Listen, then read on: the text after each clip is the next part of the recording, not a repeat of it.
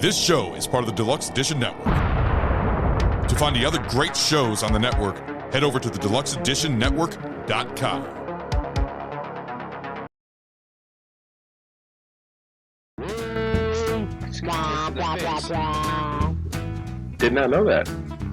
Wow. You want to be my wife? Oh, this is going to go downhill real quick. What is going on, and welcome to Take on the World with Johnny. John who? John T. John. The famous? John? Who are you? I haven't don't seen know. you in so long. Yeah, you thought that I disappeared off the face of the earth. And Mike D. It has been quite some time since we sat down and were able to tape together. Yeah, I was in a mental hospital. Let's go back and touch on Let's go back and touch on some of the stuff that happened. The reason why it's been so long is you went to Colorado on your elk hunt this year. Yep, you left me on my own, which is fine. No, it wasn't. It wasn't fine. I wanted to go. Yeah, so it's just, a lot of life stuff going on, and sometimes we can't make it up to record, and... Yeah, fuck all that. Talk about your elk hunt. Oh, my elk hunt. Yeah. Fucking great, man. Although, when I got off the plane and I got in, I didn't feel right, man. It's because I wasn't there. I felt run down, and I actually felt like I was coming down with something. And you missed me. And it was separation anxiety.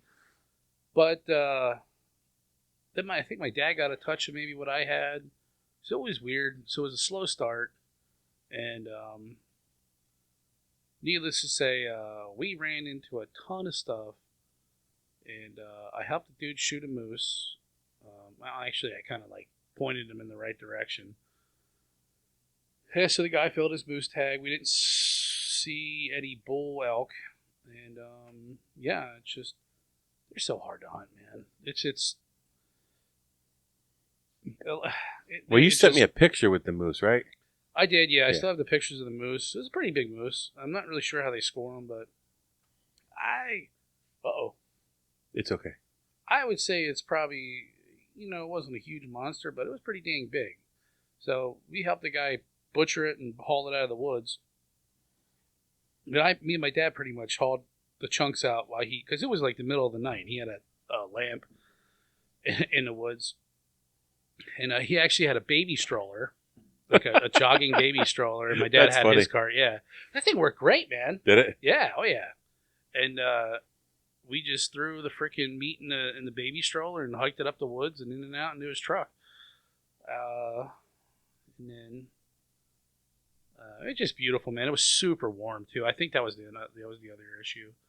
Yeah, but moose, I saw so many moose up there. Like, I don't know what the heck's going on. We talked to the game warden, and he said that GMU is the prime spot for big moose in Colorado. And that's where we were hunting? Yep. Because I saw the two moose the year we were out. Yeah. And I never saw moose up there. Well, I say once, but that was at that one lake we went to. I don't know. Those moose scared the shit out of me when I came up. Dude, they don't care. It's No, they almost don't. like it's almost like too easy, I would say, because the first night we were there, with just a moose, a cow moose came in with her calf and just plopped down like 60 yards from us in our camp, and we're like banging pots and pans, and this thing's like, don't care. Fuck you. I'm laying Yeah, here. Well, we had them coming across the road. Everything. It was crazy, man. But the one thing you got to take into consideration is that, if they decide to turn on you. Yeah, I know. That's what they told us in Alaska when we were up there. They just you said, better look out because they'll kill you real quick. Stay away from them motherfuckers. Yeah. I mean, they're so big. They're so freaking big. And actually, the guy that shot the moose that we were with, it was the week prior to that, his buddy got mauled by a moose in the same area. Oh, Jesus. And, yeah, the game warden showed pictures of the moose. The thing was huge. And its velvet was all torn up, and it looked like it had guts hanging off of its antlers. And I always think those are the best pictures. yeah, and the thing was a monster, dude. Huge. And But yeah, this guy, he was Now, out. you saw the same game warden we saw the year before, Yeah, correct? yep. Yeah, he asked about you too. Yeah, he's a by the good way. dude. Yeah, Justin. Yeah. He's Shout out to Justin out there in Colorado. Yeah. And super cool. I mean, he's always like, hey, you can try up here. This is so. Yeah, that's what he did, and we talked about that. If you haven't had a chance, go back and listen to our we have 3 episodes on our elk hunt from last year. A little bit outside the wheelhouse from what we normally do, but we just had a great time. We wanted to share it with y'all, and we did. And go back and listen to that. And we talk about Justin, and the game warden came down and checked our licenses as they should. And I know some people get shitty about that. I'm like, dude, you're doing your job. I got no problem with that. Whatever. If you're not doing anything wrong, who cares? Right. So come check it. And so we were very cordial with him. He was very cordial with us. And we started talking to him, and he's like, oh, he was giving us tips like, hey, I see, guys getting stuff over here, and I guess And he put us in an area. Now we didn't get an elk, but we certainly did play cat and mouse with a couple. Yep. So yeah, we did. and that was fun. That made that last day of hunting like I'll never forget it. Yeah, it's not. It's they call it hunting for a reason. Cause, Yep. If It's they're not easy, catching. Yeah, it's very easy. Everyone can do it. So he gave us some tips. He told us to go up to that. We went up to the top of the place where we were at last time. Oh, did you? We went down into that little saddle or that drain. I don't know what you want to call It's it. a saddle. And then we walked out there, but we went up that road and back. It's gnarly out there, dude. And we made it to the end of that road, and it just stops and goes into a horse trail and goes to another mountain. Well, that's what he said. The outfitters go up there with horses, and But we might have some luck down below him because they chase him down. Yeah, he told us the same thing. He goes, those outfitters were here 2 weeks ago, and they pushed him down. So he goes, you might want to go to the end of that. But we didn't know the area, so you don't really want to. Shit, I should have given you my GPS when you went. Yeah, I thought that was helpful when we were out there. Yeah, I think my dad has one, but I always get a little leery, especially because he likes to break off and like go a little further, and like I don't want to get lost while I'm out there, and I want everything to go smooth, but we didn't really scout the area, so we had no clue where to go, what to do. Well, I know the last time when we went, you told me we were going, and I was on freaking Google Maps, like mentally mapping the whole area, and then we went to a completely different area than what we talked about. Yeah. But And that's kind of like, that's why I always say, like, you can make a plan, but you get there and it's kind of like, oh shit, like things look different, and then you see something else that you might like, and you go with that. But like I was saying, like when we pulled into camp, there was this damn bull elk, like probably I would say maybe 500 yards. We went there the first day down by that river. Okay. And there's actually, if you walk straight back behind the camp, the road's here.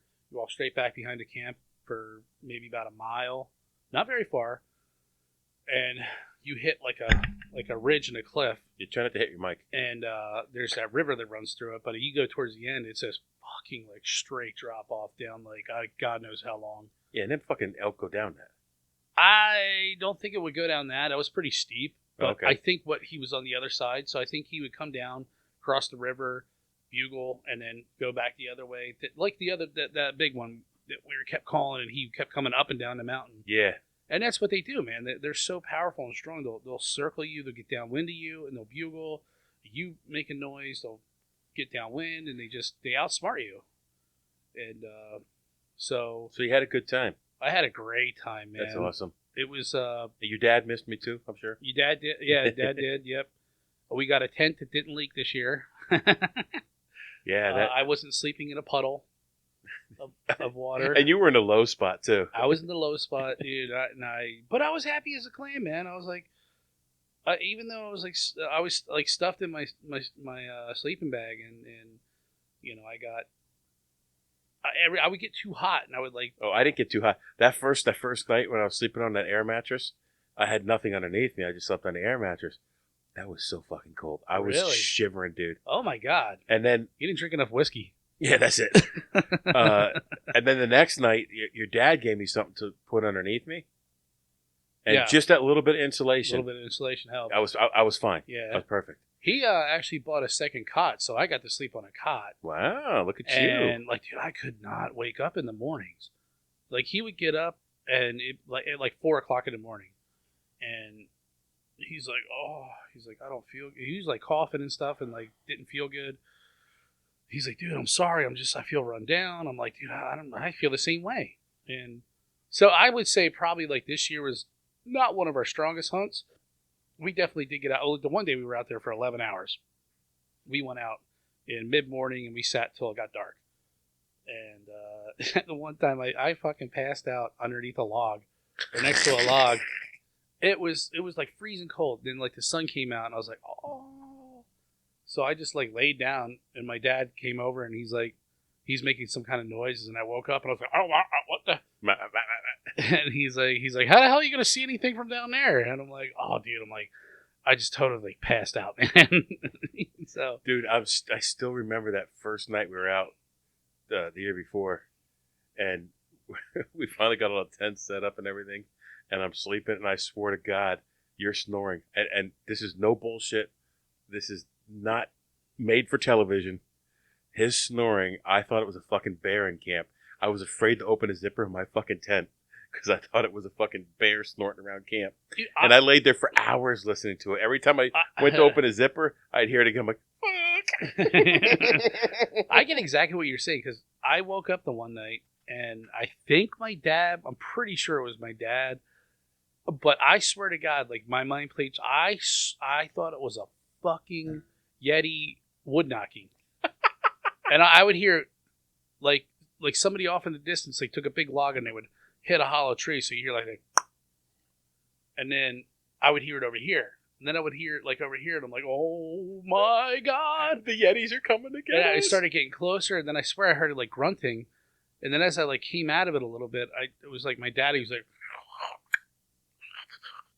like making some kind of weird noise with his mouth. I'm like, is that? I'm like, but I swear to Christ, I almost woke him up. I'm like, Dad, give me your gun. I'm like something's at the tent. I got to shoot it.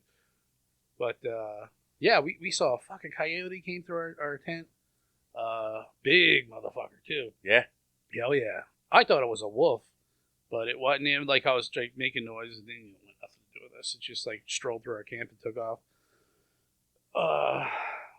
But yeah, man, it was awesome. I love going out there. And I think, as we're getting older, it's getting harder and harder, especially for my old man. Not saying he's like crippled or nothing, but it's to be running around the woods, walking fucking 20 miles or whatever you need to do. That's hard. But you're younger than I am, so yeah.